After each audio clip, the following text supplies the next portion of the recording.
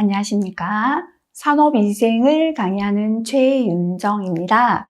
자, 이번 시간부터는 제3장 중금속에 대해서 공부를 하도록 하겠습니다. 자, 입을 통해서 중금속이 인체로 들어왔습니다. 인체로 들어온 금속이 소화관에서 어떻게 흡수가 되는가? 입을 통해 들어온 금속이 흡수되는 작용이 되겠습니다. 자, 단순 확산이나 촉진 확산입니다. 단순 확산이다라는 건 농도가 높은 데서 낮은 쪽으로 퍼져가는 게 되겠고요. 촉진 확산은 어떠한 에너지 없이 막 단백질의 도움을 받아서 확산이 일어나는 게 되겠습니다. 자, 그 다음에 특이적 수송 과정은 이렇게 녹아서 흡수가 된 금속이 특이적 수용체에 의해서 세포 안으로 확산되는 과정이 되고요. 음세포 작용은 이제 외부의 여러 가지 물질이 세포가 스스로 에너지를 사용하면서 물질을 흡수하는 겁니다. 특히나 음세포 작용은 액체나 미세한 물질을 흡수하는 과정을 뜻하겠습니다. 자, 이렇게 입을 통해서 인체로 들어온 금속이 소화관이나 이렇게 흡수가 되는 건 단순 확산이나 촉진 확산, 특이적 수용 과정, 음세포 작용을 통해 흡수가 일어나겠습니다. 자, 이번에는 금속의 배설이 되겠습니다. 신장은 금속의 가장 중요한 배설 경로가 바로 신장입니다. 이거는 잘 기억하시기 바랍니다. 자, 배설은 이렇게 신장에서 가장 잘 일어나고요. 두 번째 소화기계입니다. 금속 배설의 두 번째 주요 경로가 바로 소화기계를 통해서 배설됩니다. 자, 그 다음에 장간순환입니다.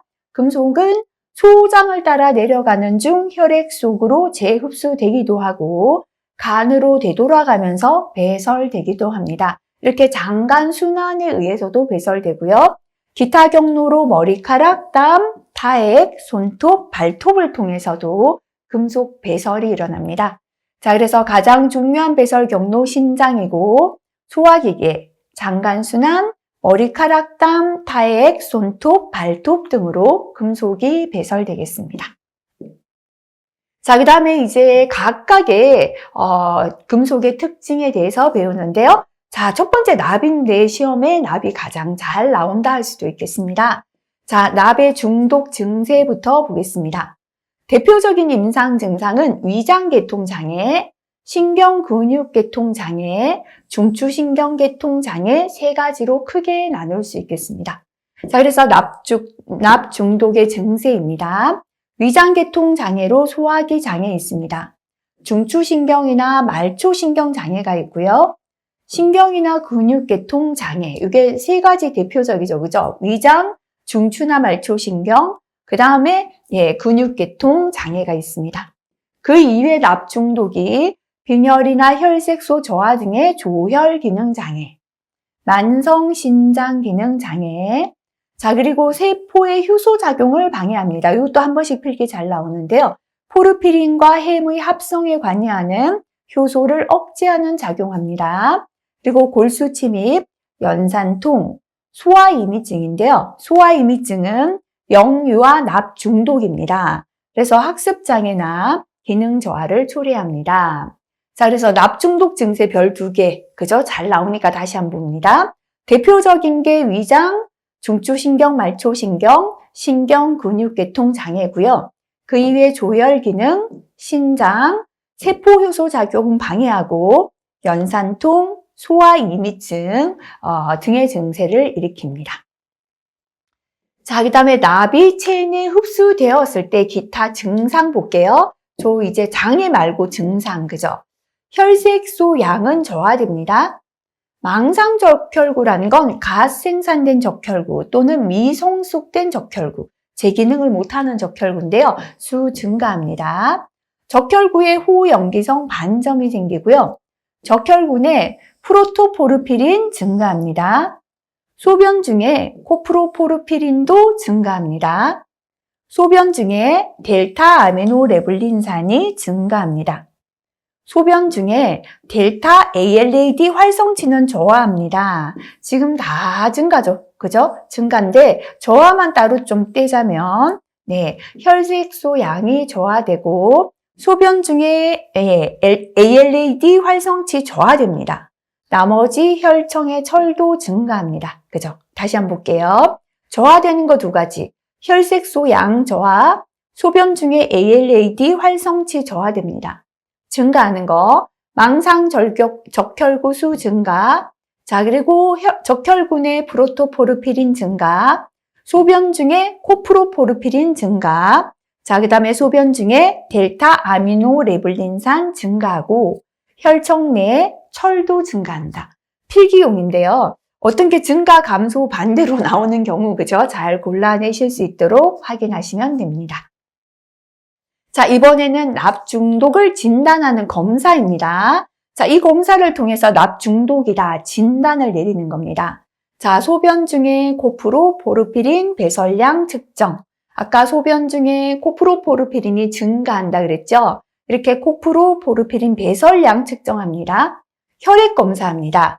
적혈구 전혈 비중, 그죠? 혈청 내 철 증가하고 아까 적혈군의 프로토포르피린 증가한다 그랬죠? 이렇게 혈액 검사하고요. 혈중 ZPP, 그죠? 자, 징크 프로토포르피린인데요. 이것도 측정합니다. ZPP는 납이 특정 효소의 작용을 아까 효소 작용을 억제한다라고 했죠. 그죠?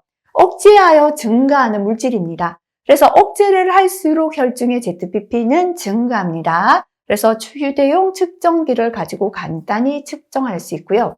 소변 중에 ALA, 그죠? 해매 정고 물질을 측정합니다. 자, 이렇게 다시 한번 보고 지나갑니다. 납 중독이다를 진단하는 검사입니다. 소변 중에 코프로포르피린 배설량 측정, 혈액 검사, 혈중의 ZPP 측정, 소변 중에 ALA를 측정한다. 자, 그 다음에 이번에는 비슷한 것 같지만 납 중독이다를 확인할 수 있는 시험이 되겠습니다. 자, 혈액 중에 납 농도, 그죠? 해매 대사인데요. 해매 합성에 관여하는 효소 등 세포의 효소 작용을 방해한다 그랬죠. 그래서 햄 대사를 통해서 세포 효소 작용을 방해하는지 확인할 수 있습니다. 자, 그 다음에 말초신경의 신경 전달 속도입니다. 아까 말초신경 장애가 일어난다 그랬죠. 그죠? 그래서 신경 전달 속도를 저하시키기 때문에 신경 전달 속도를 통해서도 확인할 수 있습니다. CA-EDTA 이동 시험입니다. 자, 요 CA-EDTA를 투여해서 요 채취, 소변을 채취합니다. 그래서 체내 남양을 측정합니다. 그래서 CA-EDTA가 투여 후에 요를 채취해서 시험하는 CA-EDTA 이동 시험도 하고요. ALA다, 그죠? 아미노레블린산이 되는데요. 몸에 얼마만큼 ALA가 축적되었나를 통해서도 납 중독을 확인할 수 있습니다. 자, 그래서 이게 실기용이 아니니까 정확히 기억하진 않아도 됩니다. 필기용으로 뭐를 확인하더라 정도, 그죠? 혈액 중에 납 농도, 해매 대사. 해매 대사는 세포 효소 작용을 방해하기 때문에 해매 대사를 확인하고요. 말초신경의 신경 전달 속도, 신경 전달 속도는 저하된다라고 했고요. CA-EDTA 이동 시험인데요. 요거는 CA-EDTA 투여하고 요 소변 채취에서 체내 남량을 시험합니다. ALA의 축적도 확인한다. 자, 그 다음에 납 중독 치료 한 번씩 자주 나옵니다. 그죠? 납 중독은 금속에 대해서 킬레이트 작용을 하는 화합물로 치료합니다. 금속에 대해 킬레이트 작용하는 화합물로 치료하고요. 배설 촉진제가 뭐냐면 CA-EDTA, 페니실라민입니다. 그래서 CA-EDTA, 페니실라민을 투여해서 배설시키는 것도 좋습니다. 근데 납 중독 치료에 사용되는 납 배설 촉진제 중에 촉진제인 CA-EDTA와 페니실라민은 신장이 나쁜 사람에게는 금기, 사용하지 않아야 된다. 그죠? 그래서 배설 촉진제 CA-EDTA, 페니실라민을 쓰는데 신장 나쁜 사람에게는 금기다. 요거 기억하시고요. 자, 수은으로 넘어가겠습니다. 수은의 가장 큰 특징은 상온에서 액체 상태로 존재하는 유일한 금속입니다. 우리 금속은 상온에서 전부 다 고체잖아요. 근데 수은은 상온, 평상시 기온에서 액체로 존재합니다. 자, 수은은 금속수은, 무기수은, 유기수은, 유기수은을 알킬수은이라고 합니다. 자, 뇌홍인데요. 뇌산수은인데 뇌홍의 제조에 사용된다. 그죠? 수은은 뇌홍의 제조에 사용되고요. 우리가 수은 온도계 있죠? 온도계 제조, 농약, 살충제 제조, 그리고 치과의 아말감 산업. 우리가 치과에서도 수은 중독 있다 들어보셨나요? 자, 이렇게 온도계 제조나 농약이나 살충제, 치과용 아말감 산업 등에서 노출될 수 있습니다. 자, 수은이 어떤 영향 주는가 보겠습니다. 수은의 인체 영향입니다. 수은은 소화관으로는 2에서 7% 소량으로 흡수됩니다. 소화관으로 흡수되는 건 2에서 7% 정도 소량이고요. 금속 형태는 뇌, 혈액, 심근에 많이 분포하게 됩니다. 체내에 흡수된 수은은 주로 어디에 축적된다? 신장에 축적됩니다. 자주 나옵니다. 수은은 신장에 축적되고요. 자, 무기수은 염류는 호흡기나 경구 어느 경로라도, 무기수은은 어느 경로라도 흡수됩니다. 알킬수은 또는 유기수은의 독성은 무기수은 화합물의 독성보다 훨씬 강하다. 그죠? 무기수은은 어느 경로라도 흡수되니까 무기수은은 흡수가 잘 돼요.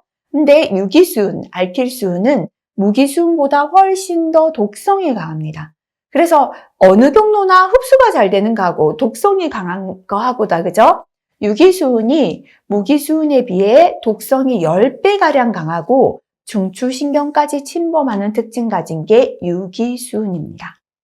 알키수은 화합물, 다시 말하면 유기수은 중 메틸수은은 미나마타병을 일으킨다. 우리가 1과목 중독증 외울 때요. 수미나 마타라 그랬죠. 수미를 맡아서 좀 챙겨라. 그죠? 수은은 미나마타병이다. 요 미나마타병은 유기수은 중에서 메틸수은의 중독증이 됩니다.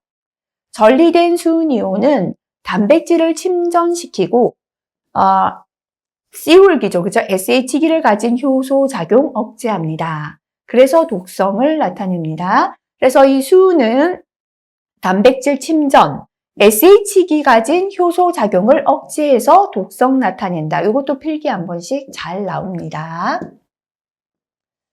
자, 그 다음에 수은 중독 증상 보겠습니다. 구내염, 식욕부진이나 구내염, 근육 진전은 근육의 떨림, 수전증, 손이 떨리는 거잖아요. 정신장애로 뇌 증상, 신기능 부전, 그 이외 시신경장애, 수족신경마비, 보행장애 등을 일으킵니다.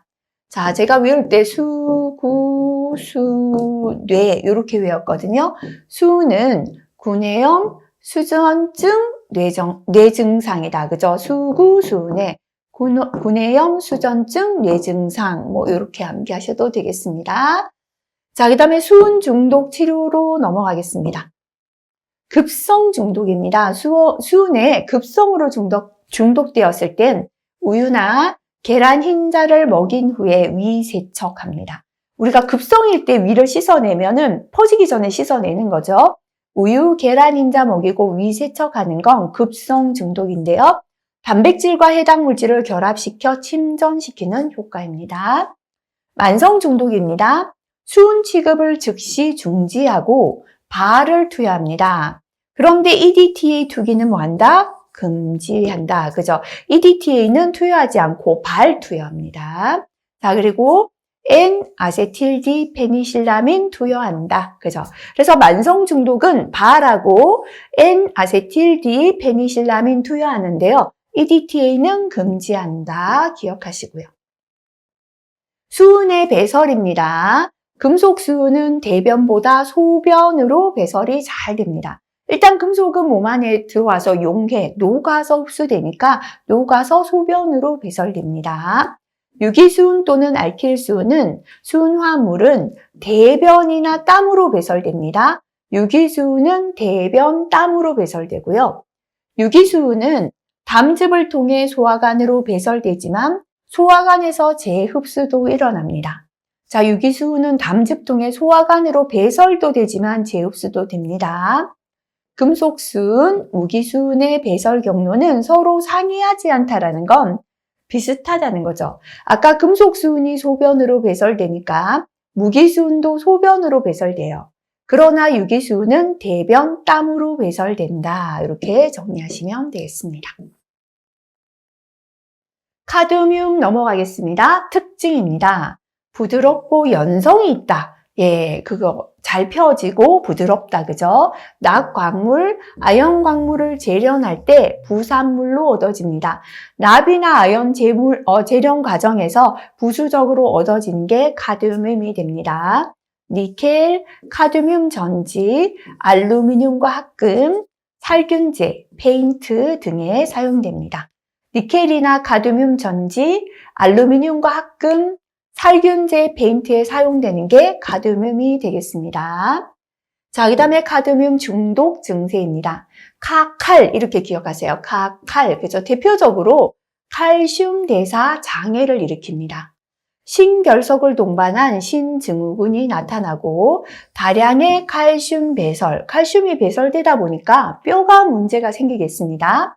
뼈의 통증, 골연화증, 골수공증과 같은 골격계 장애. 그래서 아야 병이라고 합니다. 이따이 병. 그죠? 카드놀이는 있다하고 숨이나 맡아라. 이렇게 외웠거든요. 그래서 카드놀이 할 때 카드뮴은 있다하고 할 때 이따이 병이다. 그죠? 자, 카드뮴 중독 치료법 볼게요. 치료제로. 네.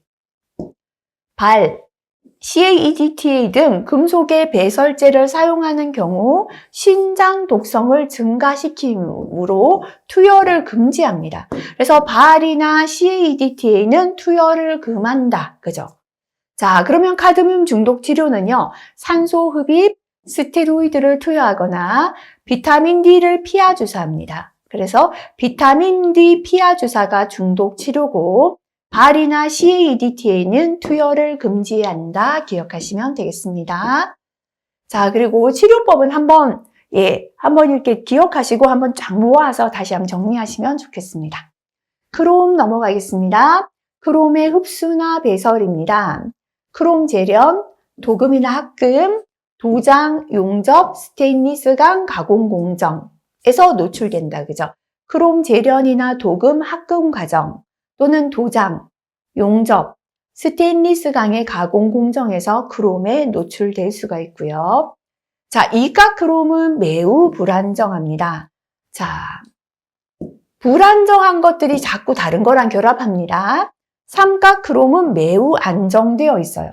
자, 안정되어 있기 때문에 잘 이동을 안 하니까 피부 흡수는 어렵고 세포 내에서 세포핵과 결합할 때만 상가 크롬이 발암성을 가지니까 위험한데 그 대신 피부 흡수는 어렵습니다. 유가 크롬은 쉽게 피부를 통과합니다. 자, 이렇게 피부로도 흡수가 잘 되는 게 유가입니다. 그래서 유가 크롬이 상가보다 더 독성이 강하고 발암성이 크다. 왜냐하면 쉽게 흡수되기 때문에, 그죠? 자, 그리고 발암성은 어떻게 해서 생기는가 볼게요. 세포막을 통과한 유가 크롬은 세포 내에서 수분 내지 수시간 만에 발암성을 가집니다. 자, 피부를 통과했죠. 세포를 통과하면 수분이나 수시간 만에 유가 크롬이 발암성으로 바뀌어서 삼가 형태로 환원됩니다. 자, 그렇기 때문에 유가가 피부를 쉽게 통과해서 발암성까지는 상가로 바뀌니까 유가 크롬이 훨씬 위험하죠. 그죠? 상가는 흡수가 잘 안 되기 때문에요. 자, 그래서 유가에서 삼가로의 환원이 세포질에서 일어나면 독성이 적으나 DNA 근위부에서 일어나면 강한 변이 원성이라는 건 성질이 변하는 건데요. DNA 근위부에서 유가가 그죠? 발암성으로 잘 변화된다라는 걸 뜻합니다.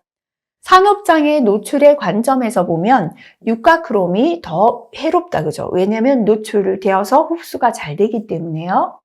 호흡기, 소화기, 피부. 그죠? 대표적으로 우리가 유해물질 흡수되는 세 가지 경로죠. 호흡기, 안에 소화기, 피부 통해서 체내 흡수되며 호흡기가 가장 중요합니다.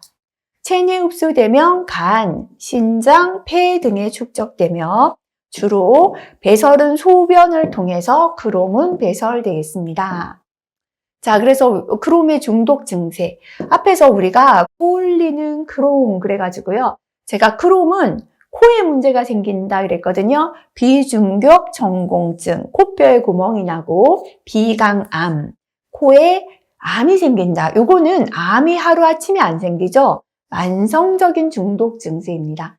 그래서 크롬의 만성 중독은 피부 증상, 접촉성 피부염, 호흡기 증상으로 크롬 폐증, 크롬 먼지가 폐에 쌓이는 거고요. 폐암, 육가 크롬이 비중격 전공증, 비강암을 유발합니다. 그런데 급성적인 중독 증세는 신장 장애입니다. 소변이죠, 그죠? 그래서 관요증. 이 오며 더 진전되면 문효증을 일으켜 요독증으로 사망할 수 있다. 그래서 저는 크롬이 아니라 크롱이 만화 영화에 이제 그죠? 잘 나왔는데요. 코하고 오줌 싸고 코 흘리는 크롱 이렇게 외웠어요. 그래서 오줌 싸고 코 흘리는 크롱. 급성으로는 신장 장애로 관요증, 문효증, 요독증으로 사망하게 하고 만성으로는 육가 크롬이 비중격 전공, 비강암을 유발한다. 이렇게 기억하시는 것도 좋을 것 같습니다. 크롬 중독 치료입니다. 크롬 섭취 시에 응급조치로 우유와 비타민C 섭취하고요. 만성 크롬 중독은 특별한 치료가 없습니다. 만성적인 건 치료가 없고 급성 중독은 우유와 비타민C를 섭취한다. 자, 그 다음에 비소로 넘어가겠습니다. 비소의 특징입니다. 비소는 은빛의 광택을 내는 비금속입니다. 은빛의 광택을 내는 비금속이고 농약, 살충제, 목재 방부제 등에 노출되며 호흡기 노출이 가장 위험합니다. 우리가 농약이나 살충제를 뿌릴 때 대부분 호흡기로 그저 흡입되죠. 이렇게 비소는 농약, 살충제, 목재 방부제 등에 노출되어 호흡기로 노출이 가장 크고요. 무기비소가 유기비소보다 독성이 강합니다. 무기비소 중에 3가가 5가보다 독성이 강해요. 그래서 가장 위험한 건 3산화비소가 가장 위험합니다. 무기비소가 독성이 강하고 3가가 독성이 강하고 그중에 3산화비소가 가장 위험합니다. 비소의 흡수나 배설입니다. 자, 체내에 흡수되면 비소는 피부나 체모, 골격 등에 축적됩니다. 뼈에는 비상칼륨 형태로 축적되고요. 주로 모발, 손톱에도 축적됩니다. 피부, 체모, 골격에 축적되는데 뼈에는 비상칼슘 형태로 모발이나 손톱에 축적됩니다.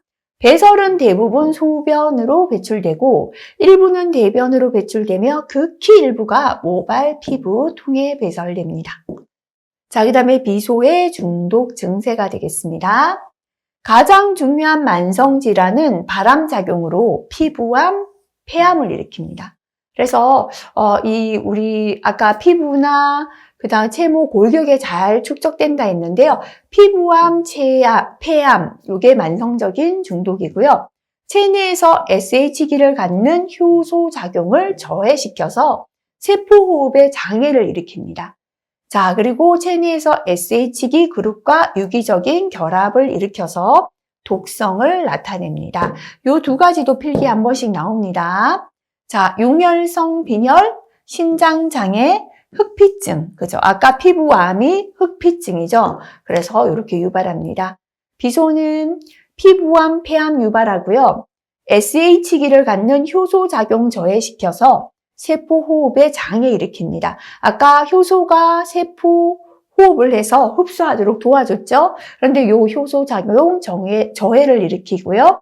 SH기 그룹과 유기적인 결합을 일으켜서 독성 나타내고 용혈성 빈혈, 신장장애, 흑피종을 유발한다. 그 다음 비소 중독의 치료입니다. 급성 중독자에게는 활성탄과 하제를 투여하고 구토를 유발합니다. 자, 급성 중독자는 활성탄, 하제 투여하고 구토 유발합니다. 확진되면 디메르카프롤인데요. 자, 요거로 치료를 시작하는데, 자, 요거는 소변을 통해서 비소를 배출하게끔 도와주는 그런 치료제가 되겠습니다. 그래서 급성 중독일 땐 활성탄 하제 투여해서 구토를 유발한다 기억하시면 되겠습니다. 자, 그 다음에 8번 망간 중독 증세 넘어가겠습니다. 망간은 망간의 누출이 계속되면 중추신경계 장애로 파킨슨 증후군, 그죠? 파망 또는 피망, 저는 이렇게 기억했습니다. 파망, 피망, 그죠? 그래서 파킨슨 증후군이 망간의 중독 증세가 됩니다. 자, 그래서 언어장애, 균형감각상실, 보행장애, 신장염, 신경염 등의 증세가 발생합니다. 이산화 망간흉에 급성 폭로되면 열이나 오한, 호흡곤란 등의 증상을 특징으로 하는 금속열을 일으킵니다. 그래서 망간 노출이 계속되면 중추신경계 장애로 파킨슨 증후군 유발한다. 파망, 피망 기억하시고요. 파킨슨 증후군이 언어장애, 균형 감각상실, 보행장애 오죠, 그죠? 신장염, 신경염 등의 증세가 나타날 수 있고요. 이산화 망간흉에 급성 폭로되면 금속열을 일으킬 수 있다. 요거 기억하시고요. 자, 그러면 9번의 금속열 금방 나왔죠, 그죠? 자, 듐 형태의 고농도의 금속 산화물, 산화금속 듐을 흡입하면 우리가 용접 같은 거 하다 보면 금속의 산화물이 나오죠. 으로서 발병됩니다. 처음에는 감기 증상과 비슷하여 오한, 구토감, 기침, 전신 위압감 등의 증상이 있습니다. 월요일 출근 후에 심해져서 월요일열이라고도 합니다. 월요일 출근하면 심해진다라고 해서 월요일열이라고도 하고요. 자, 아연, 구리, 마그네슘, 망간, 니켈, 카드뮴, 안티몬 등이 금속열을 일으킵니다. 아연, 구리, 마그네슘, 망간, 니켈, 카드뮴, 안티몬 등이 금속열 일으킵니다. 용접이나, 왜냐면 금속에 듐이 나오는 게 용접, 전기도금, 재련 과정에서 발생하는 경우가 많고요. 자, 이 부분 필기 잘 나옵니다.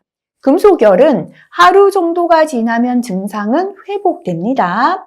대부분 특별한 후유증 없이 서너 시간 만에 열이 어떠한다? 내립니다. 그죠? 그래서 하루 정도 지나면 증상은 회복이 되고요. 특별한 후유증 없이 서너 시간이면 열이 내리는 게 금속열의 증세가 되겠습니다. 자, 금방 금속열 증세하고요. 어떤 금속에서 금속열이 발생한다 정도 기억하시면 되겠습니다. 자, 그 다음에 4장 넘어가 보겠습니다. 인체 구조 및 대사입니다. 생체막에서 물질을 수송하는 방법입니다. 자, 앞에서 말했지만 생체막에서 물질을 어떻게 수송하는가입니다. 그죠? 단순 확산이나 촉진 확산을 통해 아까 우리 몸으로 흡수가 된다라고 했는데요. 농도가 높은 데서 낮은 데로 흘러가는 게 단순 확산. 촉진 확산은 우리 막 단백질 도움을 받아서 흡수하는 것이고요. 수동 수송을 확산이라 합니다. 같은 수송 과정이다 보시면 됩니다. 비슷합니다. 그래서 농도가 높은 데서 낮은 데로 물질이 흡수되는 거, 확산되는 거고요. 능동 수송 반대입니다. 우리가 원래는 물질이 농도가 높은 데서 낮은 데로 가야 되는데 농도가 낮은 데서 높은 쪽으로 흡수가 일어납니다. 그죠? 이런 과정을 능동 수송이다라고 합니다. 음세포는 아까 식세포 작용 그랬죠. 외부 물질을 세포가 에너지를 얻어서 이렇게 직접적으로 외부에서 세포 내로 그죠?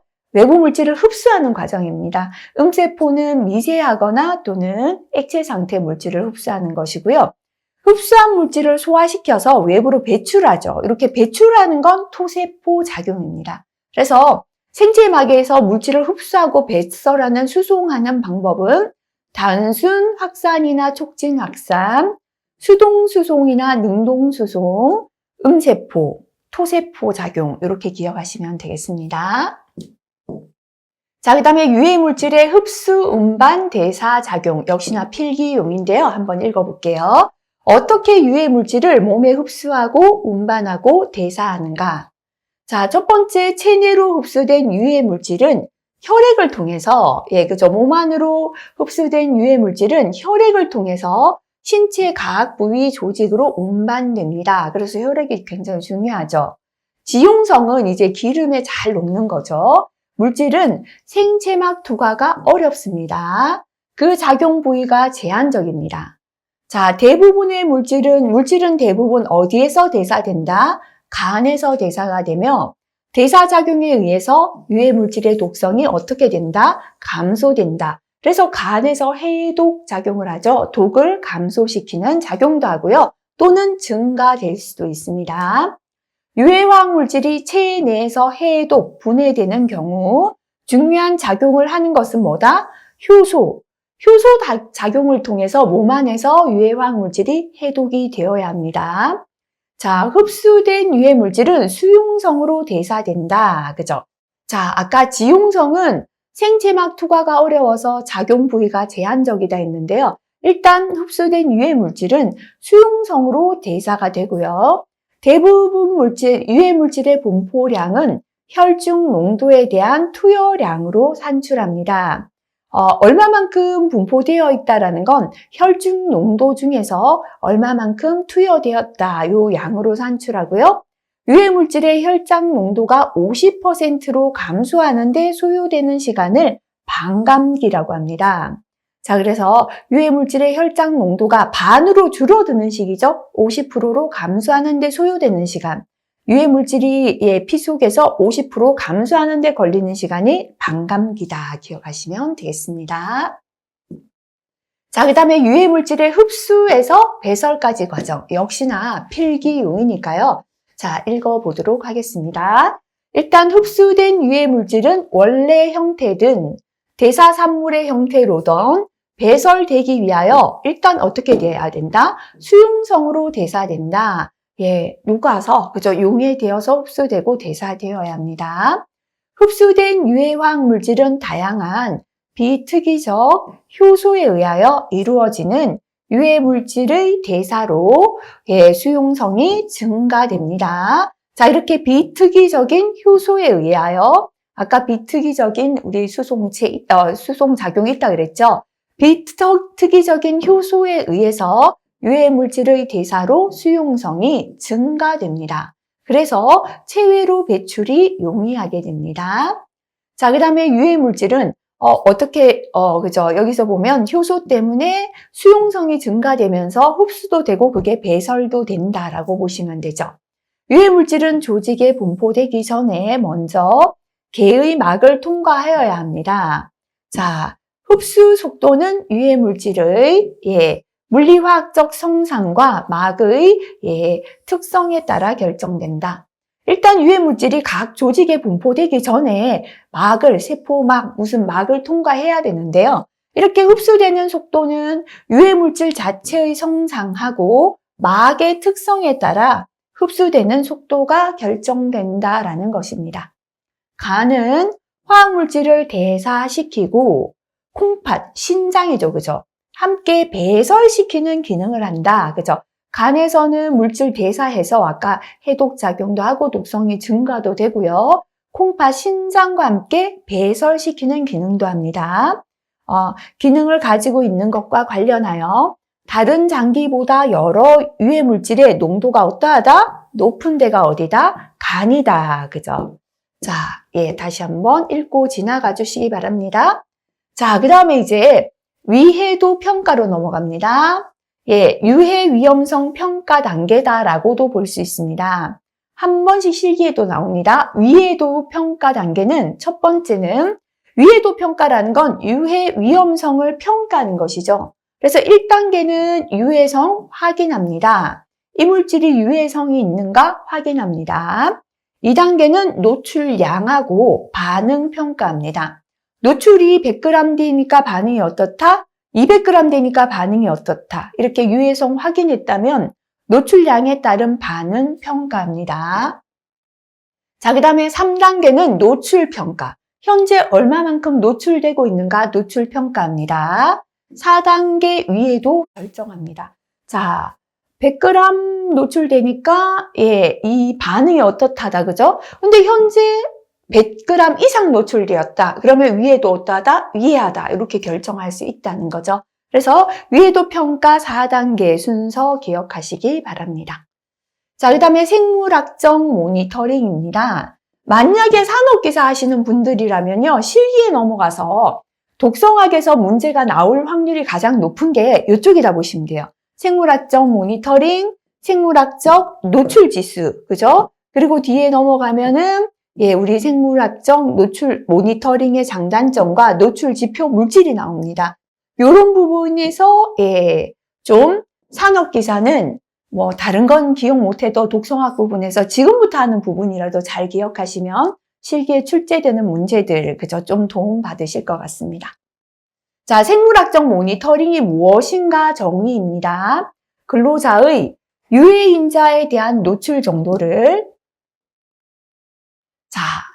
얼마만큼 유해인자에 노출되었나라는 걸 앞에 이 과목에서는 작업 환경 측정이었죠.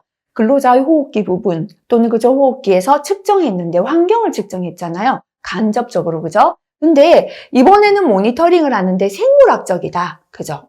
그래서 근로자 유해인자에 대한 노출 정도를 근로자의 인체 일부에서 나오는 걸로 측정하는 거죠. 소변.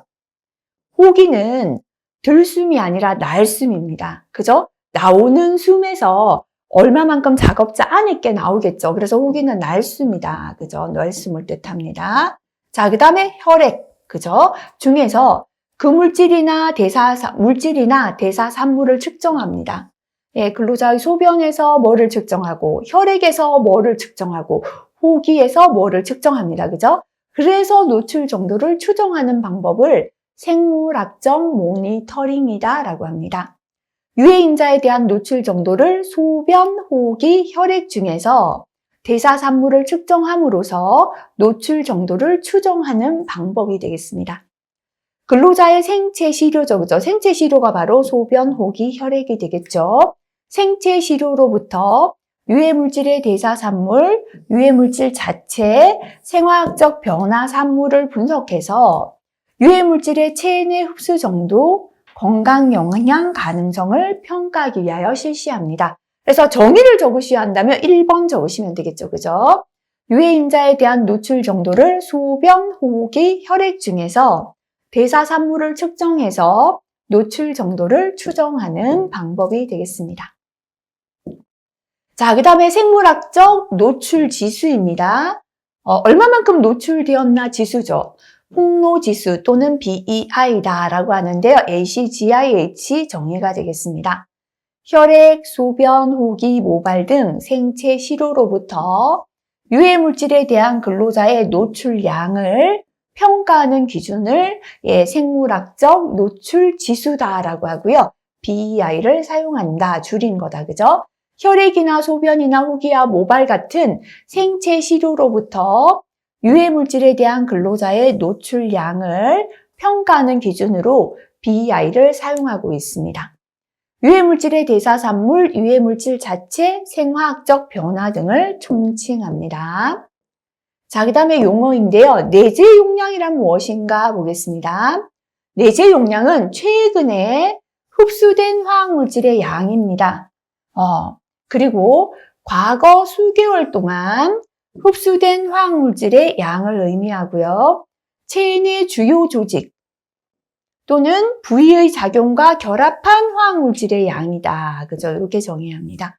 내재 용량은 최근에 흡수된 화학물질의 양 또는 과거에 수개월 동안 흡수된 화학물질의 양, 체내의 주요한 조직이나 부위 작용과 결합한 화학물질의 양을 내재 용량이다 라고 말합니다. 자, 그 다음에 생물학적 모니터링에서 생물학적 결정인자가 되겠습니다.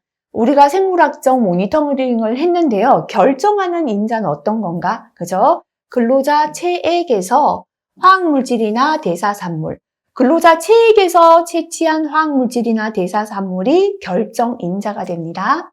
조직에 작용하는 화학물질 양, 그죠?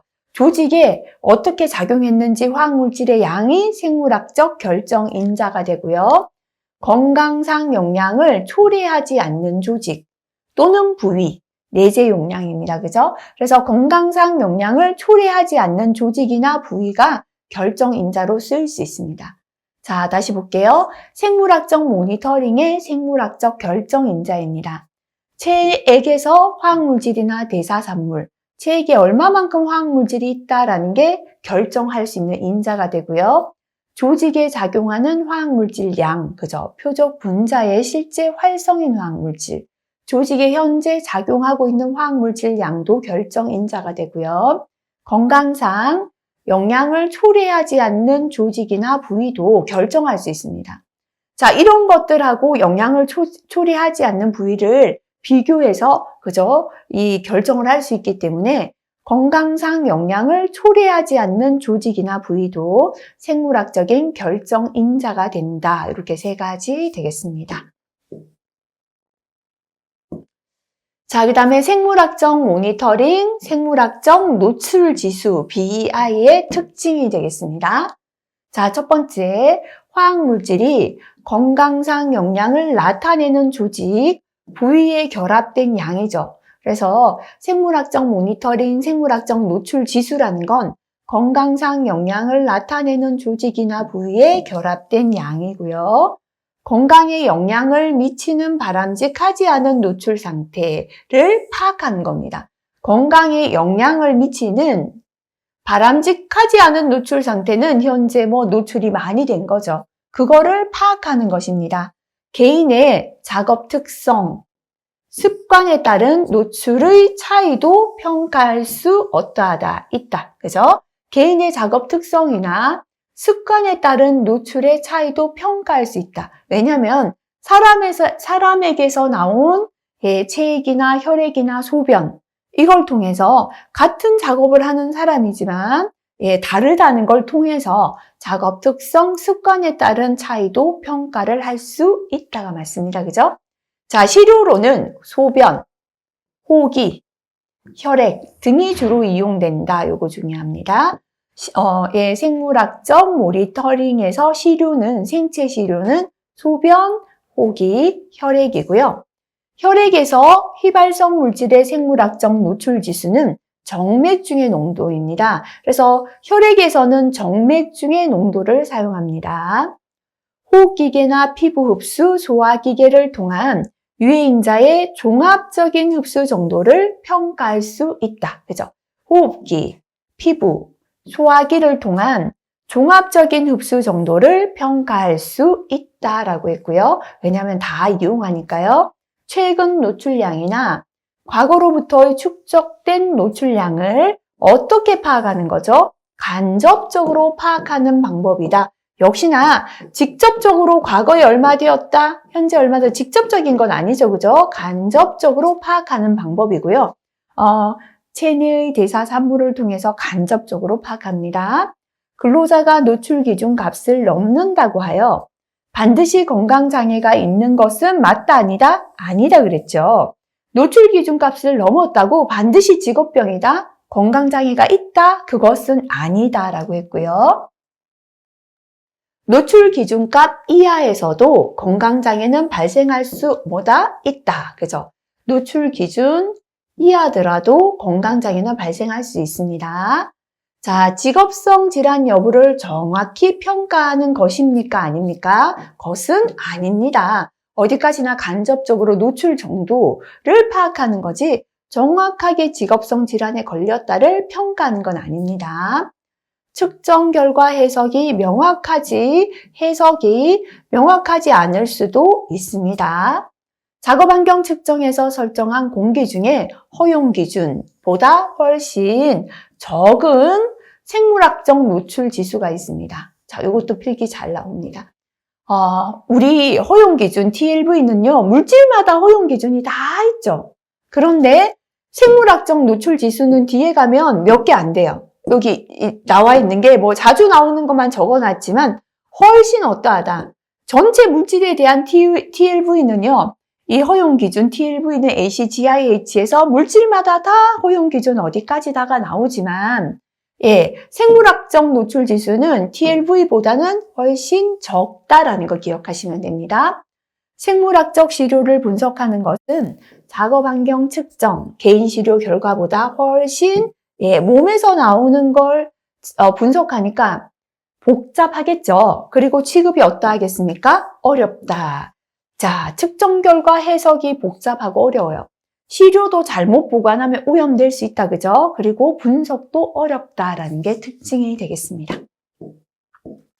자, 그러면 생물학적 모니터링의 장단점을 살펴보겠습니다. 좋은 점, 장점입니다. 건강상의 위험을 간접적으로 공기 중에서 채취하는 작업환경 측정보다는 정확하게 평가할 수 있겠습니다.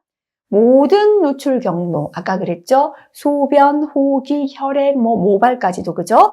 모든 노출 경로에 대한 흡수 정도 평가할 수 있고요.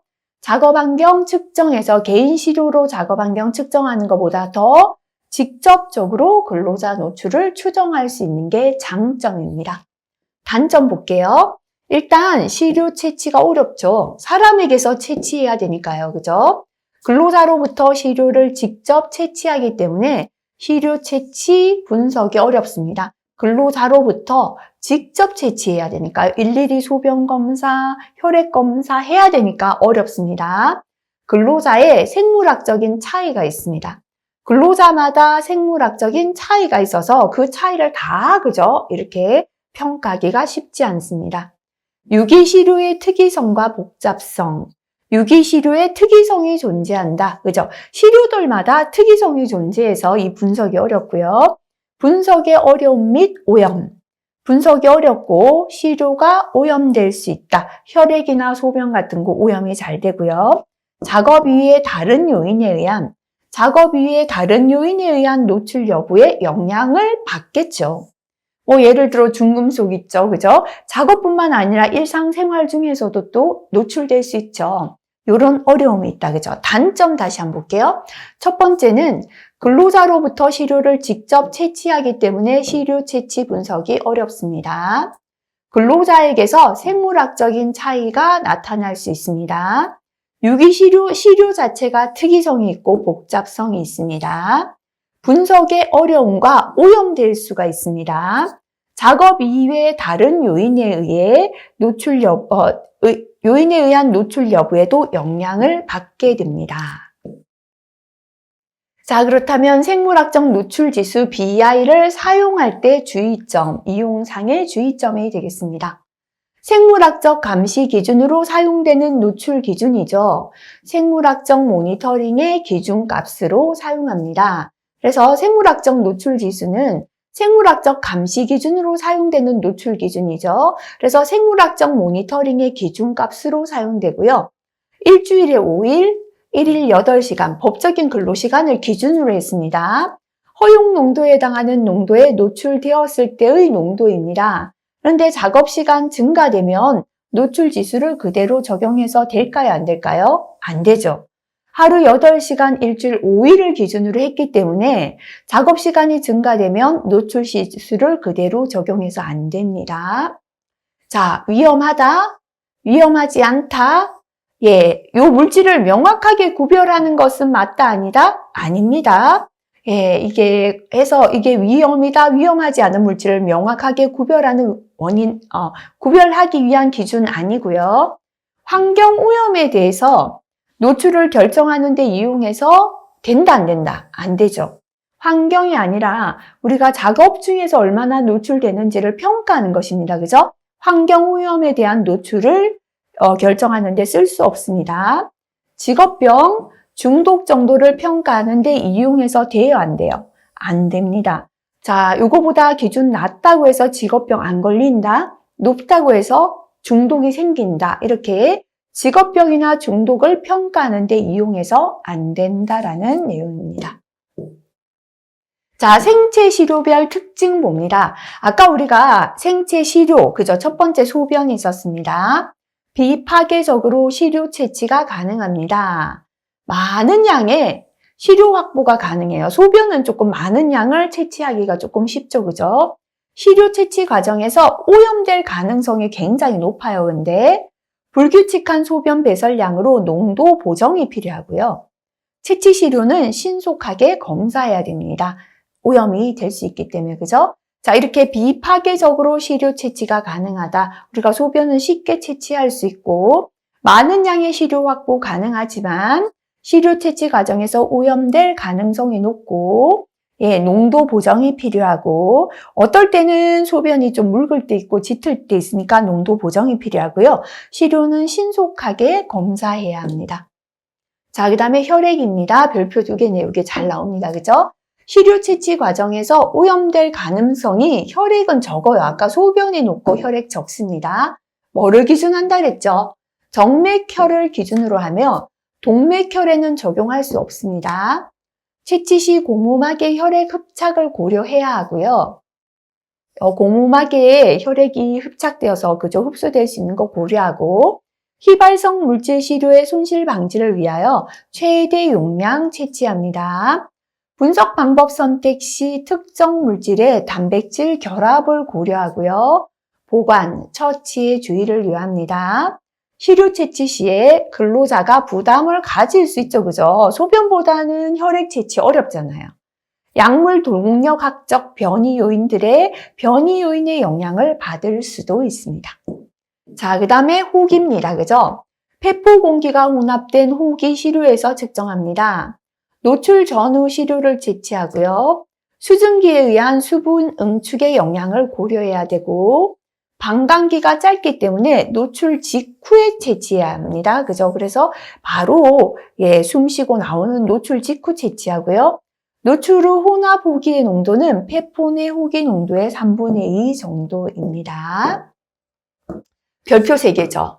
자, 실기 가면은 요 마지막 장에서 가장 출제 비중이 높다라고 할 수 있습니다. 필기에도 잘 나옵니다. 특히나 산업기사는 독성하기 실기에서 별로 안 나오는데요. 그 중에 이 부분이 가장 출제 비중이 좀 높다라고 할 수 있겠습니다. 그죠? 자, 일단 한번 외워보는데요. 톨루엔입니다.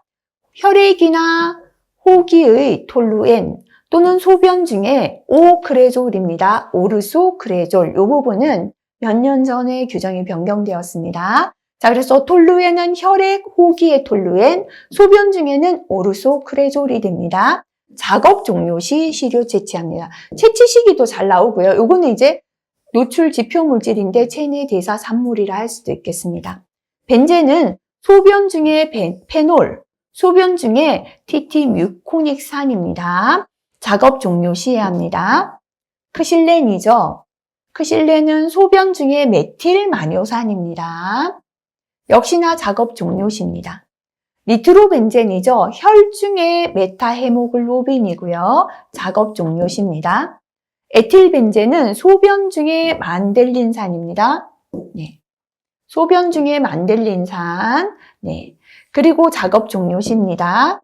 이황화탄소죠. 소변 중 TTCA입니다. 소변 중 TTCA. 자, 이렇게 특이한 거 기억하시기 바랍니다. 다 대부분 작업 종료 시인데요. 당일 작업 종료 2시간 전부터 작업 종료 사이, 작업이 끝나기 2시간 전에서 작업 끝날 때까지 그 사이에 채취합니다. 메탄올, 소변 중 메탄올입니다. 노르말 헥산은 소변 중 N헥산, 소변 중 2.5 헥산디온입니다. 작업 종료 시입니다. 아세톤, 소변 중 아세톤입니다. 납은 혈중 납, 소변 중 납입니다. 중요치 않다, 그죠? 중요치 않습니다. 카드뮴, 혈중 카드뮴, 소변 중 카드뮴이고 중요치 않습니다. 일산화탄소입니다. 호기 중에 일산화탄소, 혈중의 카르복시 헤모글로빈입니다. 자, 요것도 그죠? 작업 종료 후에 15분 이내, 작업이 끝나고 15분 이내 채취합니다. 스티렌입니다. 소변 중 만델린산이고요. 작업 종료 시 테트라클로로에틸렌입니다. 소변 중에 트리클로로초산, 3염화초산입니다. 자, 요거는 주말 작업 종료 시죠, 그죠? 자, 그리고 트리클로로에탄, 소변 중에 트리클로로초산, 3염화초산인데요. 3염화초산을 채취하는 건 다 주말 작업 종료 시에 합니다. 자, 그 다음에 사염화에틸렌인데요. 소변 중에 트리클로로초산, 3염화초산 또는 요중 소변 중 동일합니다. 3염화에틸렌 해도 됩니다. 자, 주말 작업 종료 시입니다. NN-디메틸포름아미드, 그저 소변 중에 N-메틸포름아미드 작업 종료 시합니다.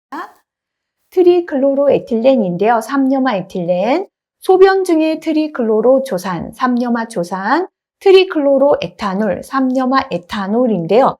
주말 작업 종료 시인데 종료 직후에 한다라고 돼 있죠. 수은은 혈중 총 무기 수은입니다. 작업 시작 전에 하죠. 그죠? 요거 특이한 거 기억하시고요. 자, 크롬은 소변 중에 크롬입니다. 역시나 요거 그죠? 4, 5일간 연속 작업 종료 2시간 전에서 작업 직후 4, 5일 동안 연속 작업을 했다 그죠? 종료하기 2시간 전에서 작업 직후까지 소변 중에 크롬 측정합니다. 자, 메틸엔 부틸 케톤입니다. 소변 중 2호 헥산디온인데요. 작업 종료 시. 디클로로메탄은 혈중 카복시 헤모글로빈인데 작업 종료 시. 페놀이죠. 소변 중 페놀인데요. 페놀도 당일 작업 종료 2시간 전부터 작업 종료 사이 합니다. 어쨌거나 외워야 되는데 그중에 자주 나오는 걸 제가 암기법 해놨습니다. 근데 자주 나오는 것만 필기에 나오진 않거든요. 일단 그래도 자주 나오는 것부터 암기하고 나머지 또 추가로 자꾸 보면서 외우도록 할게요. 크레졸 묻은 털에 벤 페놀 냄새 이렇게 끊어볼게요. 크레졸은 뭐냐면 우리 병원에 가면 소독약 냄새 나잖아요. 우리 청소하는 털에 크레졸이 묻었어요. 벤 페놀 냄새, 페놀 냄새가 배었다, 그죠? 크레졸 묻은 털에 페놀 냄새 배었다. 크레졸 묻은 털에 벤 페놀 이렇게 외웠거든요. 이거 뭐냐면 앞에 한 번 더 넘어갈게요. 크레졸, 오르소 크레졸이죠, 그죠? 크레졸 묻은 털에 톨루엔입니다. 벤 페놀, 벤제는 페놀이다 이렇게 외웠습니다. 크레졸 묻은 털에 벤 페놀 냄새. 톨루엔은요 혈의 고기 중에 톨루엔도 있고 소변 중에는 오르소크레졸입니다. 그래서 톨루엔은 톨루엔도 되고 오르소크레졸도 된다 이렇게 암기하시면 되고요. 자, 그 다음에 여기까지 했다면 이번에는 메틸마녀, 마녀 이름인데요. 메틸마녀가 크시더니, 커서란 뜻입니다. 크시더니, 이게 존댓말이다, 그죠? 메틸마녀가 크시더니, 니트로벤 메타헤모. 니트로는 아기 이름인데요. 니트로를 배웠다, 그죠? 메타헤모는 니트로를 배웠고요. 스틸벤 만델린. 만델린은 스틸을 배웠습니다. 에틸벤 만델린. 만델린이 또 에틸을 배웠어요. 그래서 메틸마녀 크시더니, 니트로벤 메타헤모, 스틸벤 만델린, 에틸벤 만델린 요까지 외워볼까요? 자, 앞에 넘어가서 다시 한번 볼게요. 메타헤모 그랬죠, 그죠? 메틸마뇨산입니다. 메틸마녀 크시더니 할 때 크실렌, 그죠? 그 다음에 니트로벤 메타헤모 그랬죠? 니트로벤제는 혈중 메타헤모글로빈입니다. 자, 그 다음에 에틸벤 만델린 그랬죠? 에틸벤제는 소변 중 만델린산입니다. 자, 그 다음에 스틸벤 만델린 그랬죠? 스틸엔 소변 중에 만델린산입니다. 스틸벤 만델린 여기까지 외웠습니다. 자, 그 다음에 또 볼게요. 네. 그 다음에 이황화탄 TTCA. 이황화탄소를 탔다. 우리 물에다 뭐를 탔다 했죠, 그죠? 이황화탄 TTCA 요까지 했고요. 일산화탄 헤모글로. 이황화탄소를 탔는 TTCA, 일산화탄소를 탔다, 물에 섞었다, 그죠? 헤모글로. 이황화탄 TTCA, 일산화탄 헤모글로. 그래서 저는 여기까지 외우고 나니까 필기 문제 풀 때 조금 쉽더라고요. 그래서 제가 발음되는 대로, 입에 익숙한 대로 잘라서 암기법 만들었습니다. 그래서 이황화탄 TTCA, 이황화탄소는 TTCA, 그 다음에, 뭐 있었나요? 일산화탄 헤모글로 그랬나요? 일산화탄소는 호기 중에 일산화탄소, 혈 중에 카르복시 헤모글로빈, 일산화탄 헤모글로 여기까지 외웠습니다. 제가 아까 동그라미 있는 걸 지웠는데요. 대부분 소변 중이거든요. 암기법이 되고 나시면 이제 소변 중 나머지 소변 중인데 혈중인 것만 따로 체크하세요. 혈중에 검사하는 거 따로 체크하시고 그까지 되고 나시면 일로 넘어오세요. 작업 종료시인 거 말고, 종료시 아닌가 아까 별표했던 거 있죠? 특이한 거 따로 체크. 실기 넘어가면 이것도 적어라. 이렇게 출제될 수 있습니다. 물론 기출에 중복되는 것만 나와서 기출에 나온 것만 암기하면 별거 아니에요. 그런데 똑같은 게 또 나오리라는 법 없죠. 새로운 게 또 나올 수 있습니다. 그래서 충분히 되신다면은 전체적으로 암기를 하시는 게 좋아요. 근데 우선은 이제 자주 나오는 것부터 암기하시고요. 저는 너무 안 외워져서 이렇게 외웠는데 암기법이 또 본인반의 방법으로 암기하셔도 되겠습니다. 자, 별표 3개였고 또 별표 3개. 요거까지 산업기자 실기도 잘 나옵니다. 기사 실기에도 출제가 잘 됩니다. 혼합물질의 화학적인 상호작용입니다. 혼합물질이 단독으로 존재하는 게 아니라 다른 물질과 함께 존재할 때 상호작용을 하는 겁니다. 첫 번째는 독립작용입니다. 각각의 독성 물질이 서로 다른 조직, 기관에 영향을 미치는 경우다. 그죠? 각각의 독성 물질이 같은 조직이 아니라 서로 다른 독립적으로 영향을 미치는 게 독립작용이 됩니다. 각 물질의 반응 양상이 달라 서로 독립적인 작용을 합니다.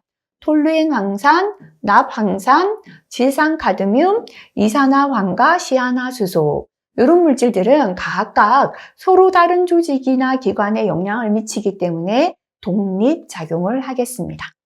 상가작용은 더할 가짜 더해지는 겁니다. 두 물질에 동시에 노출될 경우 독성은 단독물질 독성의 합과 같다. 그래서 독성이 2인 물질과 3인 물질이 만나니까 독성이 5가 되는 게 상가작용입니다. 상승은 우리가 상승했다는 건 더 많이 올라가는 걸 뜻합니다. 그죠? 그래서 두 물질에 동시에 노출될 경우의 독성은 단독 물질 독성의 합보다 크게 증가합니다. 2인 물질과 3인 물질이 만나면 5가 되는 게 상가인데요. 그거보다 훨씬 더 크게 증가하는 게 상승작용입니다. 자, 사이오마탄소와 에탄올. 흡연자가 담배 피면은 폐암 걸리죠. 근데 성면도 폐암이죠. 성면에 노출되면 훨씬 폐암 걸리기 쉽다. 이런 것들이 상승작용의 예가 되겠습니다. 가승작용, 잠재작용인데요. 강화작용이다라고도 합니다. 가승은 독성이 없던 물질이에요. 독성이 있는 물질하고 혼합했더니 독성이 강해졌습니다. 독성이 2인 물질하고요. 독성이 0인 물질이 더해졌거든요. 2가 되는 게 아니라 더 강해서 5가 되었다. 그죠? 독성이 없던 물질과 있는 물질이 혼합했을 때 독성이 강해집니다. 이소프로필 알코올은 간의 독성을 나타내지 않으나 이것이 사염화탄소와 동시에 노출될 때는 독성을 나타내는 게 이해가 되겠습니다. 자, 그 다음에 기량작용인데요. 자, 두 물질이 서로 작용을 방해합니다. 그래서 두 물질에 동시 노출될 경우의 독성은 단독 물질의 독성보다 약해집니다. 서로 더하는 작용이 아니라 방해를 시켜서 독성이 약해지는 게 기량작용입니다. 그래서 독성이 2인 물질하고요. 3인 물질이 만났는데 독성이 1만큼 감소된 게 기량작용 되겠습니다. 자, 요 기량작용의 종류는 4가지가 있는데요. 배분적, 분배적 기량작용, 그죠? 물질의 흡수, 대사 과정에 변화를 일으켜 독성이 낮아집니다. 배분이나 분배되면서 흡수나 대사의 변화를 일으켜 독성이 낮아지는 건 배분적 또는 분배적 기량작용입니다. 기능적 기량작용인데요. 생체 내에서 서로 반대되는 기능을 가져서 독성이 낮아지는 건 기능적 기량작용입니다. 화학적 기량작용입니다. 화학적인 상호 반응에 의해서 독성이 낮아지는 건 화학적 기량작용입니다. 수용적 기량작용인데요. 두 화학물질이 체내 내에서 같은 수용체에 결합해서 서로 경쟁 관계를 가지면서 독성이 낮아지는 건 수용적 기량작용입니다. 다시 한번 볼게요. 배분적, 분배적 기량작용은 물질의 흡수, 대사의 변화를 일으켜 독성이 낮아집니다. 기능적 기량작용은 서로 반대되는 기능을 가져서 독성이 낮아집니다. 화학적 기량작용은 화학적인 상호 반응에 의해 독성이 낮아집니다. 수용적 기량작용은 체내에서 같은 수용체의 결합에서 경쟁 관계를 가짐으로써 독성이 낮아집니다. 자, 별표 3개니까 요거 다시 한번 보고 지나갑니다. 자, 혼합물질의 화학적 상호작용입니다. 독립작용은 각각 독성 물질이 서로 다른 조직, 기관에 영향을 미치는 경우가 됩니다. 상가작용은 두 물질이 동시 노출될 때 독성이 단독물질 독성의 합과 같은 거죠. 상승작용은 두 물질이 동시에 노출될 때 단독물질 독성의 합보다 독성이 크게 증가하는 경우입니다.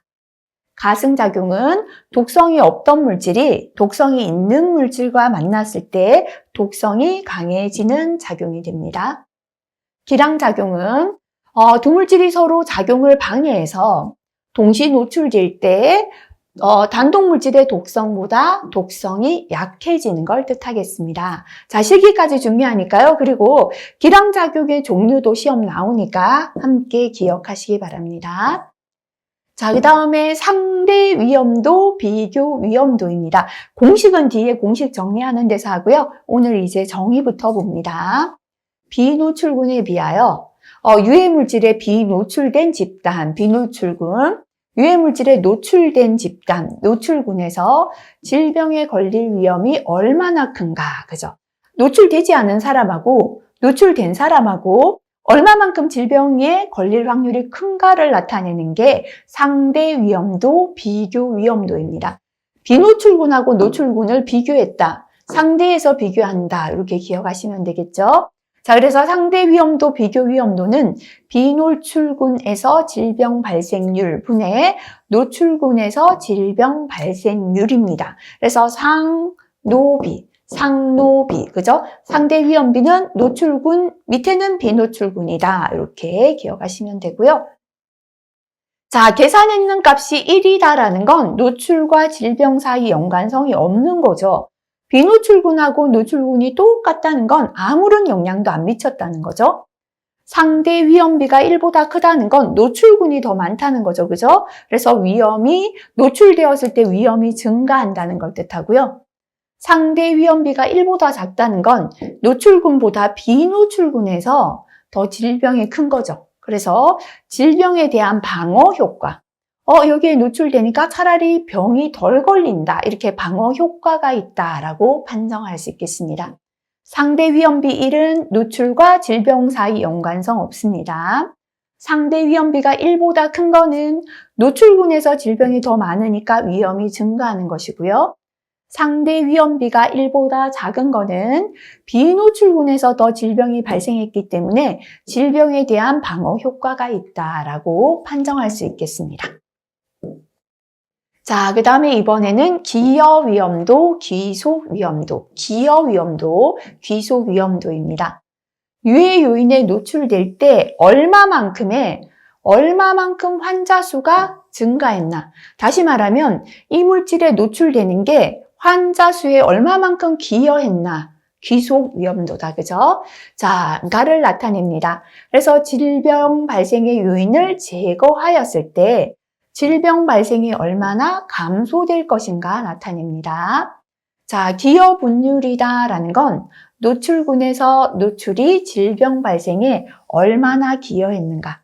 기여 분율은 노출군에서 노출이 질병에 얼마나 기여했는지 나타내는 걸 뜻합니다. 그래서 기여 위험도는 노출군에서의 질병 발생률 마이너스 비노출군에서의 질병 발생률 하면 기여 위험도입니다. 기여 분율은 노출군에서의 질병 발생률 분의 노출군에서의 질병 발생률 마이너스 비노출군에서의 질병 발생률입니다. 그래서 기, 노, 비, 노, 그죠? 그래서 기여 분율은 노출군 마이너스 비노출군이고요. 분모는 노출군이다. 기노, 비노 이렇게 기억하시고요. 또는 상대 위험비분의 상대 위험비 마이너스 1이다. 이렇게 기억할 수 있겠습니다.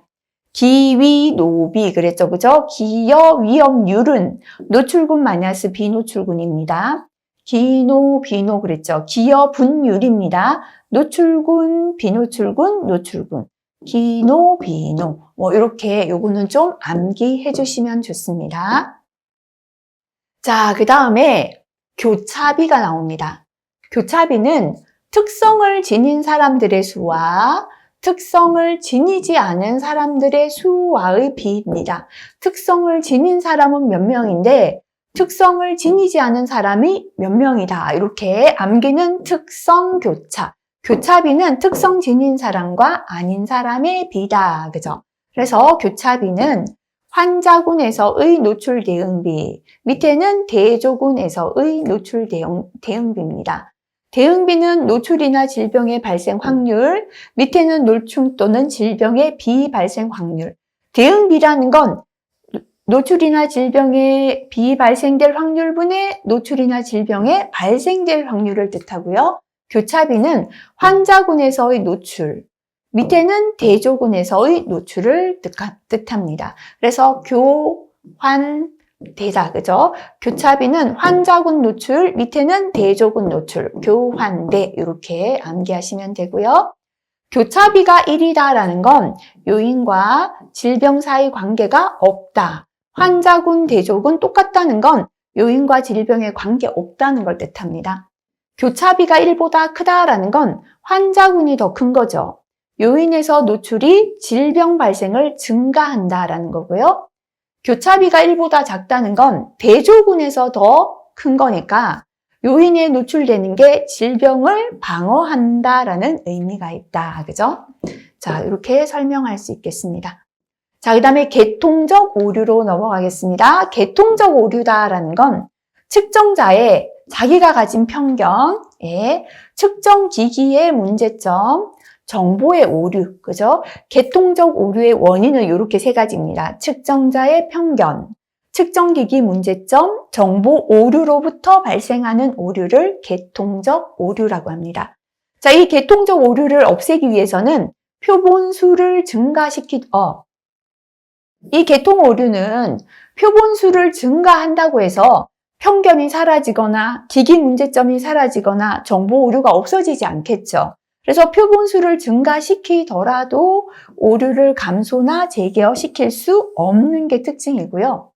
연구를 반복하여도 똑같은 오류가 발생합니다. 자, 이렇게 측정자 편견, 측정기기 문제점, 정보 오류에 의한 오류가 계통적 오류인데요.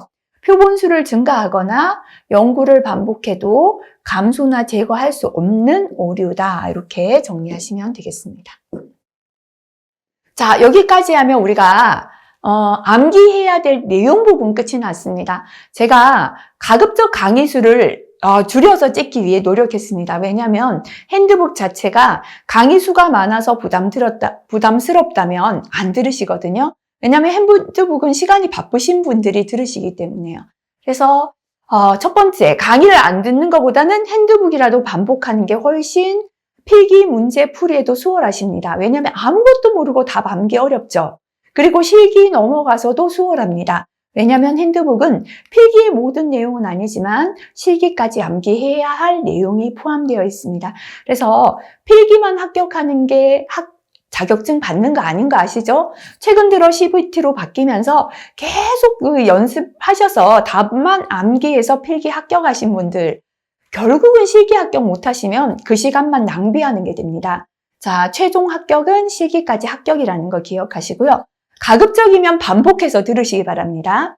반복해서 들으시고, 하지만 필기는 이 내용만으로 절대 합격할 수 없습니다. 필기를 앞두고는요, 어떻게 해야 됩니까? 충분히 기출문제 반복하셔야 됩니다.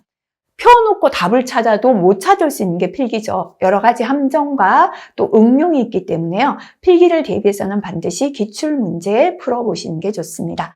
자, 이번 시간 여기까지 정리하고 다음 시간부터는 암기해야 할 주요 공식에 대해서 공부하도록 하겠습니다. 자, 이번 시간 별표 3개짜리 내용들 실기까지 굉장히 잘 나오기 때문에요. 반드시 암기 좀 하시고 넘어가시면 좋겠습니다. 수고하셨습니다.